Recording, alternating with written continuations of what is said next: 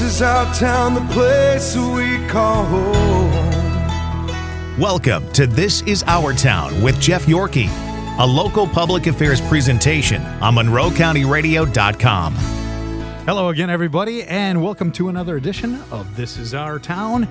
And on our town, or in our town today, is Becky Clark. Becky, welcome to the show. Thank you. I'm glad to be here. All right, so let's talk about Becky, because Becky is a really integral part of the show. As most of you who've been listening realize that in the last couple of weeks, we have had sort of a change of the format of this program, change of the name of the program, same host, same kind of stuff that we're talking about. But we're talking about people that are from our town that do something or help to further the wonderful benefits of this community. And you are definitely one of those people, and you're doing it right here for Monroe County Radio. I am. You are one of our new integral people involved with this particular radio station. And I'm happy to be here. And we're thrilled to have you. So, Becky, tell everybody what is it exactly that you're doing now for Monroe County Radio? I am the sales director for Monroe County Radio, and it's been a wonderful experience. It's only been about 6 weeks now, but it truly is my lane, and it's what I love doing. Yeah, and so you and I met around the holidays. Correct. And you've only been doing this now for just a few weeks, right? Correct. And already we've got people knocking down the door wanting to advertise with Monroe County Radio, don't we? You know what? I think it was just a good kept secret. Yeah, and I have a very loud mouth, so I'm getting the word out for sure. You are. Well, listen, how did you end up here? Because you lived in Monroe for how long? My entire life, born and raised. How did you end up going? You've been involved in radio before, right? I have. Years ago, for quite some time, I worked in radio and television advertising. And at that time, I became aware of Michelle Pallid, who owns our station, of course. Yep. And Michelle and I, over the years, became really great friends. And I had left radio and became a corporate flight attendant. So I was doing that for quite a long time. Corporate flight attendant. So right. Where did you do that? Well, I was stationed several areas in the United States: Greenville, South Carolina, Phoenix, Arizona, and out of Detroit, but with different private airlines. And we did things such as I flew for the Pistons. I flew for the Boston Celtics for a long time. Really? We flew Pink Floyd, Roger Waters, no way, on his world tour, which made me a real cool mom.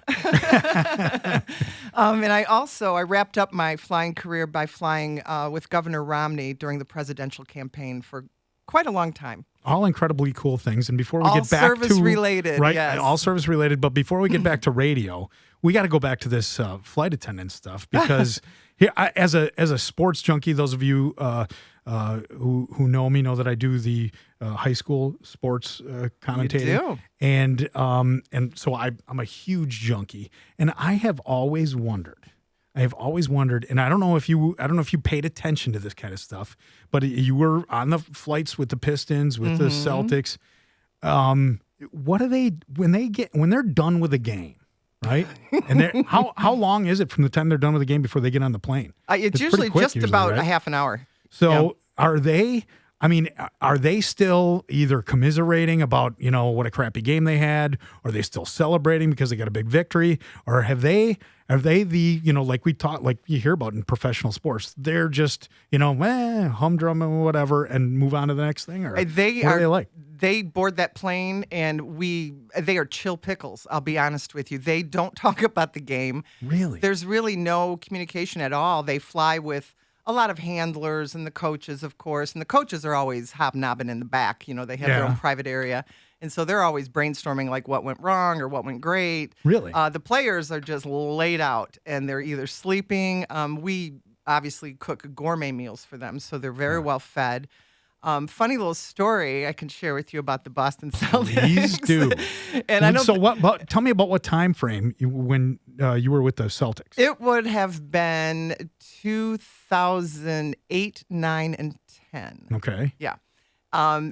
And Shaquille O'Neal was part of that team, and we always just were amazed that he took up the entire doorway of the aircraft when he was boarding. And he loved chocolate chip cookies, so those are my best memories of Shaq. But in any event, what they would do, many of them, not all of them, but a large portion of them, they had some mad poker games going. Really? The whole flight. I don't care if it was a 25-minute flight or if it was a 5-hour flight. It was full-on poker. And pretty big stakes? Yeah, pretty I big would imagine. stacks. Yeah. Well, I would imagine. That's funny because one of the first things I remember when I was a little kid, a huge sports fan, one of the first movies I remember watching was the Babe Ruth story. And that's what they used to. I watch it. They would be playing cards on the train in between cities. Always. And it's so funny to hear that. Always. That's what basketball players are doing. From on their flights back from wherever they were. It was always fun. Our favorite part with them is that because we were a private airline, we flight attendants, not only did we do the shopping and the cooking and the serving and the greeting and the caring for and all of that, we also cleaned that plane. So when we landed back in Boston, we needed them to get off the plane. No, if the game was hot, the game was hot. So we would just get our work done around them and then just kind of hang with them while they played. And one night I remember talking to one of them, and I will leave him nameless, but but in any event, I said, you're going to have to call my husband because he's expecting a call from me when we land. And he did. He called my husband. It was hilarious. So, okay. All right. So that takes care of the sports stuff. Yeah. Now, you hear all the stories about the rock stars and, what they do to hotels. And I would assume they don't do the same type of thing to planes because they're not going to get very many return flights if they do that. Yeah, we never had that experience. We were very respectable, to be honest. I was quite shocked because I had heard the horror stories as well. And our entire crew was very professional, and we were all, with a private airline, they don't really hire kids, they hire middle-aged ladies. But in any event, they treated us very well. And even with all the sports teams, we were never disrespected. So now you're done with the flight attendant stuff, right? I am. Okay. I am. Do you know any other flight attendants, or you don't know anymore? I know tons of them. Any of them that have rock stars on the planes with them? Every once in a while, I started my flying career with Northwest prior to it being bought out by Delta. And I never, on Northwest, I had a few people that you would I'm doing air quotes, movie stars, you know what I mean? Like a Dustin Hoffman or something. Sure. But nothing other than that. See, I'm going to tell you the reason I'm asking this is because when I think of, I would have been scared to death being a flight attendant on a rock group's flight. I'm thinking of Leonard Skinner and Buddy Holly and Stevie Ray Vaughan. Yeah, I guess I never thought of those things. Yeah, it's like, why do those guys' planes crash? Right. I think Ricky Nelson. And I think for me, I don't know, maybe times have changed, but the crew that we had, our captains, our mechanics, everybody, and our first officers, it couldn't have been any higher quality. And I guess they always made me feel comfortable. Yeah. But no, I never had any fear. I never did. Well, good. Yeah. that's Looking what I was making back, sure. now I think I should have. No, I'm teasing. I would have. Got me thinking there, Jeff. That's really cool. Okay, and now also anybody that has been listening Sundays at noon or Tuesdays at 7, they know what a nut I am for politics. Absolutely love politics. And so the whole Romney thing. Now, how did that come about? Was that just because of the outfit that you worked for, or was it because you were involved politically with them, or how did that come about? All due respect, I think it had to do with my quality of service, and I was chosen to be a part of that team. There were a few of us that were chosen. I worked for USA Jet at the time that we actually flew out of Will Run. We did a lot of high-profile flying. And it started out that this was early in the campaign where he wasn't, the front runner yet. Right. And evidently the charter that they had taken had broken down. And his handlers contacted USA Jet, and, my in-flight director got a hold of me, and he just summoned me and the rest of the crew, and we flew in and, just rescued them. Yeah. Well, they were so impressed with us that they held on to us, and they wanted that crew, and so now it was a beautiful thing. So now, Secret Service then. Yes, once you get once you get the nomination, Secret Service gets Correct. Involved. Correct. And so how did Secret Service being involved affect your guys' ability to get things going in a smooth fashion? Really, it didn't hinder us at all.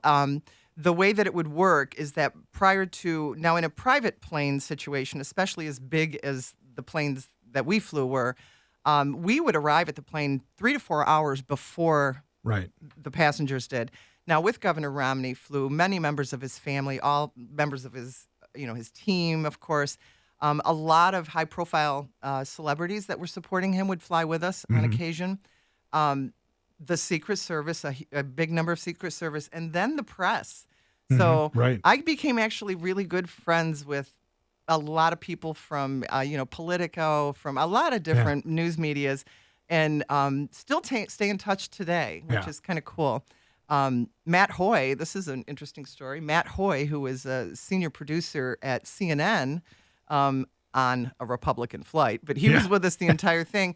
When I posted on Facebook that I had gotten the job here, he posted right on Facebook. He was like, "Awesome, girl, no that's kidding. great." And I thought that is so cute that he took time to mention me. But in any event, prior to about an hour before we would bring the passengers on board, Secret Service would come on with the dogs, and they would just do a complete run through. And we just stayed out of the way. We learned how to do that, and then they were pretty much the last to board because everything was secure at that point.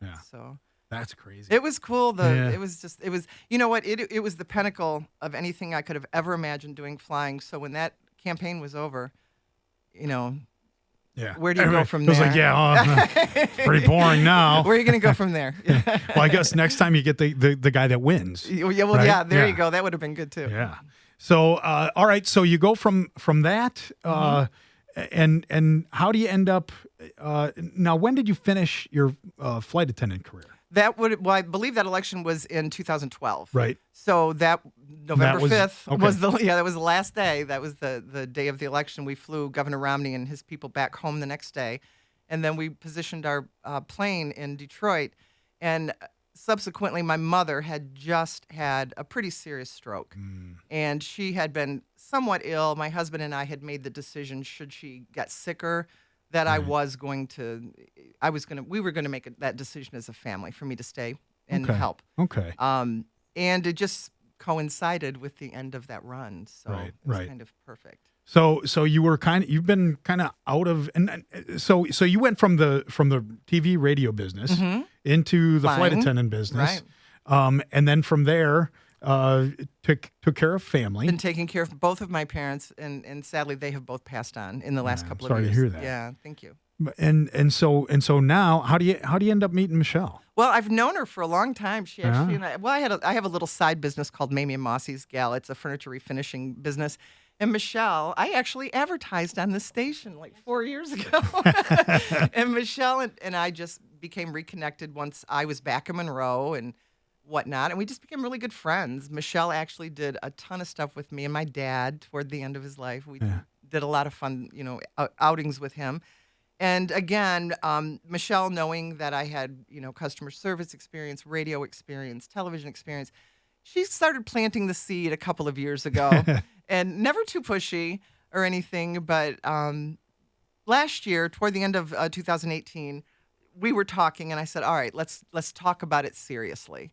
And so we had a lunch meeting, and it was decided. Yeah. Yeah. So and then you and I met around Christmas time. Yeah, just before I started. Right. And I've been talking for a while. In fact, one of my guests on the old this is on the Law Sunday Side Up. He used to give me grief about the name of the show all the time. And Matt Mundrick, by the way. Dave's bane of existence, because every time Matt would come on, he'd have to spend 2 hours editing the show and getting all this crazy stuff that Matt said off the air. But I had been talking about, it was getting a little bit stale. We got to try to fit the law into it every week. And what I really wanted to do is I really wanted to kind of talk about all the people that make Monroe great. Exactly. And so when I met you, you kind of had the same sort of ideas about, this is a great radio station to advertise with because it's local, because this is a great community, because all the things that this community has to offer, and keeping it in town is good for everybody. And so it was kind of like you and I came up with the idea for this show. Yeah. And so far, I think it's working great. I love do too. it. I love it. We've had some great guests on. We've got a bunch coming up in the near future here, right? I've got you booked out a long ways. I love it. I love it. Because, the nice thing about it is, I can still talk about the things that I like talking about on the show. Because politics is always going to be important in town.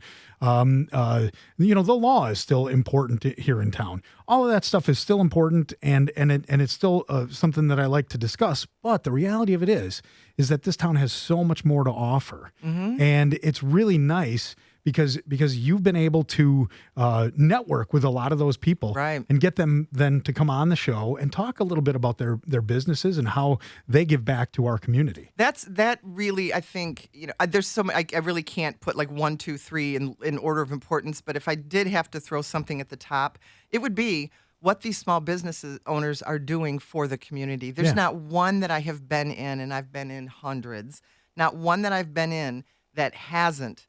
Like, as soon as I ask that question, like, well, tell me what you guys, how do you do you work with any groups in the community? What do you do? And immediately they're like, whoa, okay, yeah, get a pen. Yeah. It's surprising. And my conversation then with them leads to, you need to let people know that, not in a braggadocious way, but in an information way, because I didn't know that Caldwell Banker Haynes Real Estate buys the front doors for all the Habitat houses. Yeah. Isn't that crazy? You know what? They need to be recognized for that. That's the word I'm looking for. They do. But Al and Jack are so humble that they would never say that. Right. So that's where I come in.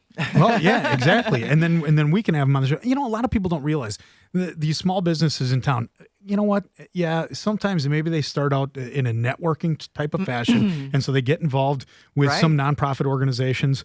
But I can tell you from, Paul's Collision, those guys, they got involved with, I think it was the United Way or something like that, and they really... they got so into it, they couldn't wait to advertise all the things, all the fundraising that they would be responsible for. They loved that stuff and how much it helped the community, and that was important to them.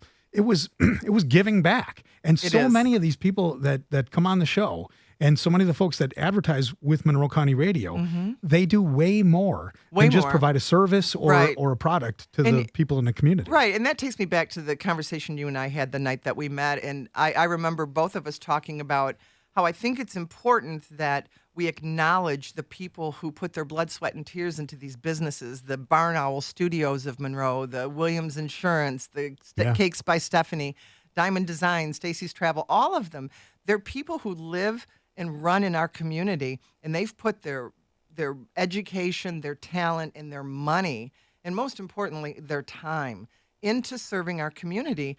And I think it's important for them to be acknowledged. I didn't, once I took on this position, I didn't want to go, to any sort of regional situation. I wanted to go local. I'm not saying that we won't in the future, but I want all the local people to get a bite of this apple. Yeah. Because we do have a good listenership, and it is improving, and there's all kinds of great things happening with this radio station in 2019, and I'm very excited about it all.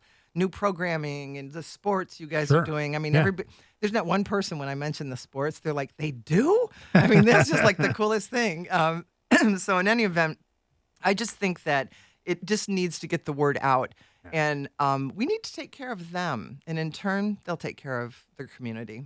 And Becky Clark, that's exactly what you're doing, and I want to thank you so much for becoming a part of the Monroe County Radio team. Thank you. It's a pleasure having you, and I really appreciate everything that you're doing, not just for me, but also for the community. All right. Thank you very much. All right. That's all the time we have for this edition of This Is Our Town. I want to thank everybody for listening, and we'll see you next week. Take care, everybody. Join us every Sunday at noon and Tuesday at 7 p.m. for another edition of This Is Our Town with Jeff Yorkie. a local public affairs presentation of MonroeCountyRadio.com.